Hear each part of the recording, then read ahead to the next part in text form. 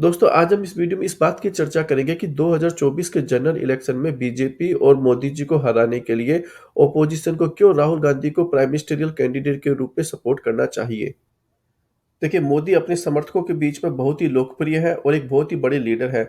मोदी से लड़ने के लिए विपक्ष को राष्ट्रीय स्तर पर एक मजबूत नेता की जरूरत है और इसके लिए गैर बीजेपी वोटरों के लिए राहुल गांधी एक बहुत ही अच्छे विकल्प के रूप में उभर सकते हैं।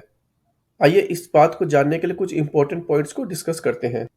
देखिए, सबसे पहले बीजेपी का जो वोट बेस है वो हिंदी हार्टलैंड में है।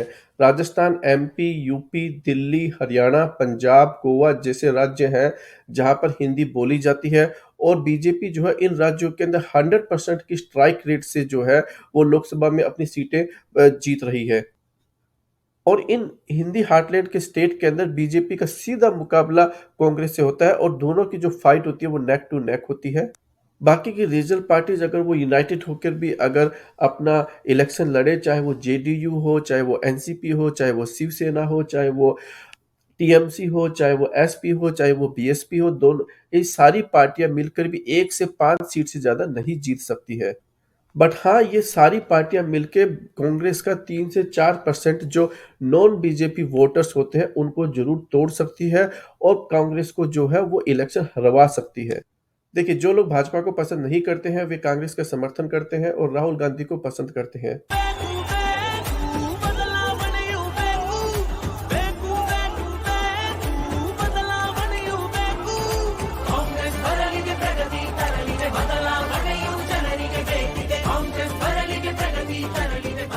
प्रधानमंत्री आप ही ने तो कहा था डबल इंजन सरकार।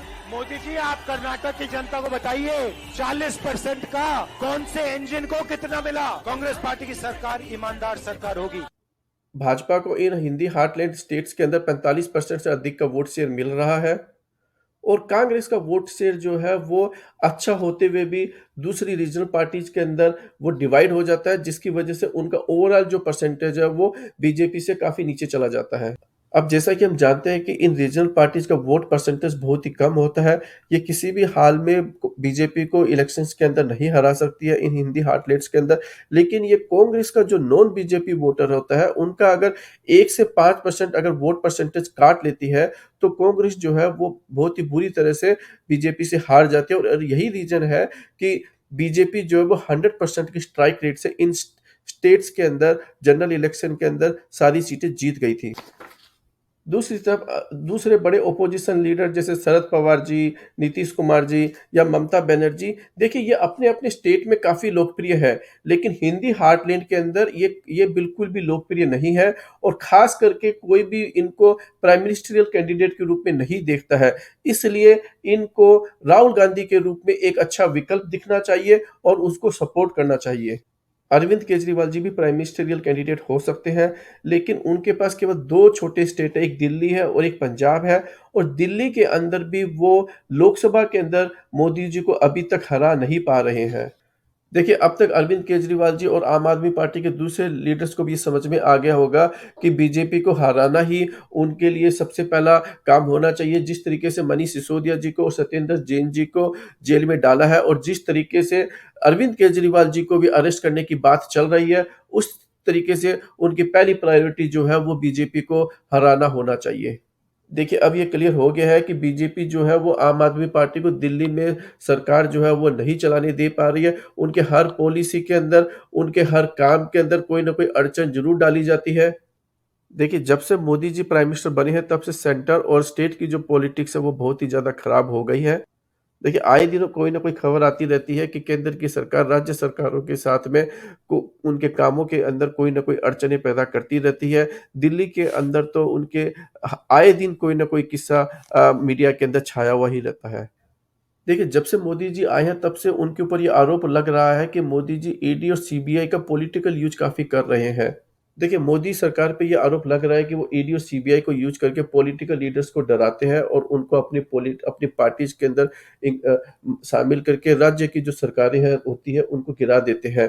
हाल ही में उन्होंने मनीष सिसोदिया जी को भी अरेस्ट किया है और अभी जो है अरविंद केजरीवाल जी को भी अरेस्ट करने की जो है रूमर्स चल रहे हैं। अगर अरविंद केजरीवाल जी अरेस्ट हो जाते हैं, तो आप जो है वो वापस ज़ीरो पर पहुँच जाएगी और उनके लिए एक एक्जिस्टेंशियल क्राइसिस क्रिएट हो जाएगा। इसके लिए ज़रूरी है कि आप जो है वो मोदी जी को हराएँ। देखिए, यदि ओपोजिशन लीडर राहुल गांधी के पीछे एकजुट हो जाते हैं, तो राहुल गांधी मोदी के खिलाफ एक आदर्श नेता के रूप में काफ़ी लोकप्रिय हो सकते हैं और मोदी जी को अच्छी टक्कर दे सकते हैं। राहुल गांधी जी एक अच्छे एजुकेटेड लीडर हैं और वो हिंदी और इंग्लिश दोनों में ही अपना स्पीच भी दे सकते हैं और वो आजकल जो है वो मीडिया को भी काफ़ी अच्छी तरीके से हैंडल कर रहे हैं। Always say what BJP is saying. Every time you say what BJP is saying. Why do you always say what BJP is saying? Every time you say what BJP is saying. देखिए, BJP और कुछ national media कुछ भी बोले, लेकिन Gandhi family का एक positive feeling है लोगों के अंदर और शायद ही कोई ऐसा होगा जो गांधी फैमिली को और राहुल गांधी को नहीं जानता होगा।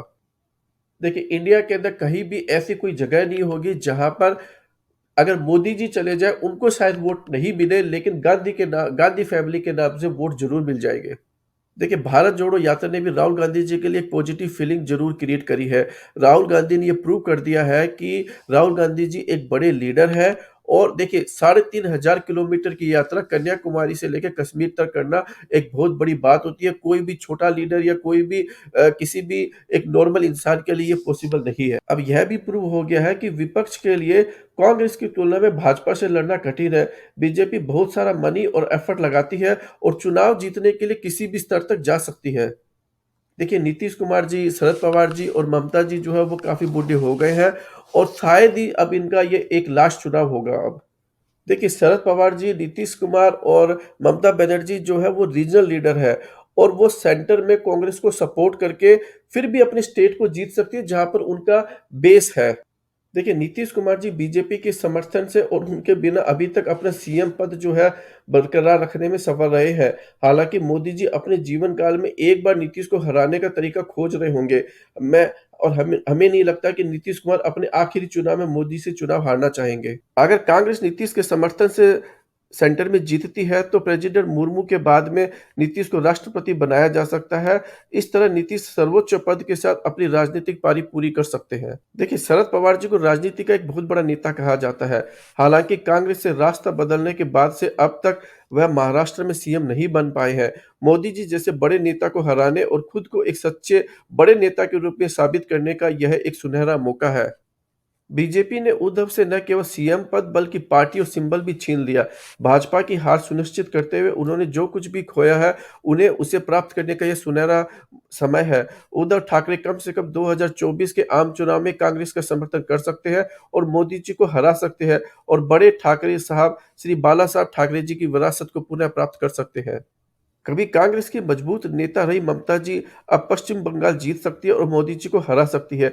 वह साबित कर सकती है कि वह वास्तव में एक बंगाल की टाइगर है और उन्होंने मोदी को राज्य और केंद्र दोनों में हराया।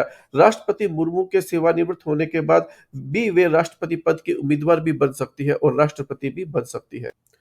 अखिलेश यादव अब तक जान चुके होंगे कि बीजेपी बहुत ही हाइपर पॉलिटिक्स खेलती है और उन्हें हराना बहुत ही मुश्किल है। यूपी में मोदी के बाद योगी को अगले पीएम के तौर पे देखा जा रहा है। अगर मोदी जी को नहीं हराया जा सका तो अखिलेश के आगे का राजनीतिक करियर बहुत कठिन हो जाएगा। मोदी की हार सुनिश्चित करके अखिलेश यूपी को फिर से जीत सकते हैं और सीएम बन सकते हैं और अपना राजनीतिक करियर काफी आगे बढ़ा सकते हैं। मायावती जी के लिए भी यही सच है, वह एक तरीके से पॉलिटिक्स में इनएक्टिव हो गई है और मुझे नहीं लगता कि वह जल्दी ही मुख्यमंत्री के रूप में वापस आ सकती है। वह राष्ट्रपति पद की उम्मीदवार बन सकती है और अपनी पार्टी का कांग्रेस में विलय कर सकती है और इस तरीके से अपनी राजनीतिक पारी को बहुत ही शानदार तरीके से एंड कर सकती है। दक्षिण और पूर्व में किसी भी अन्य दल को भाजपा का समर्थन नहीं करना चाहिए और उन्हें अब तक पता चल गया होगा कि बीजेपी वास्तव में रीजनल पार्टीज को ही खत्म कर देती है। अगर बीजेपी आम चुनाव में हार जाती है तो यह क्षेत्रीय दलों के लिए एक जीत की स्थिति हो जाती है। राज्य की राजनीति में कांग्रेस इतनी बड़ी प्रतिद्वंदी नहीं है जितनी मोदी जी के नेतृत्व में भाजपा है। दोस्तों, आज का वीडियो यहाँ तक ही। आप बताइए कि आपको यह वीडियो कैसे लगा। कृपया इस वीडियो को लाइक कीजिए, शेयर कीजिए, कमेंट कीजिए और अपनी राय जो है वो बताना मत भूलिएगा और हमारे चैनल को सब्सक्राइब कीजिए जिससे कि हम जैसे ही कोई नया वीडियो बनाएं आपके पास तुरंत पहुंच सके।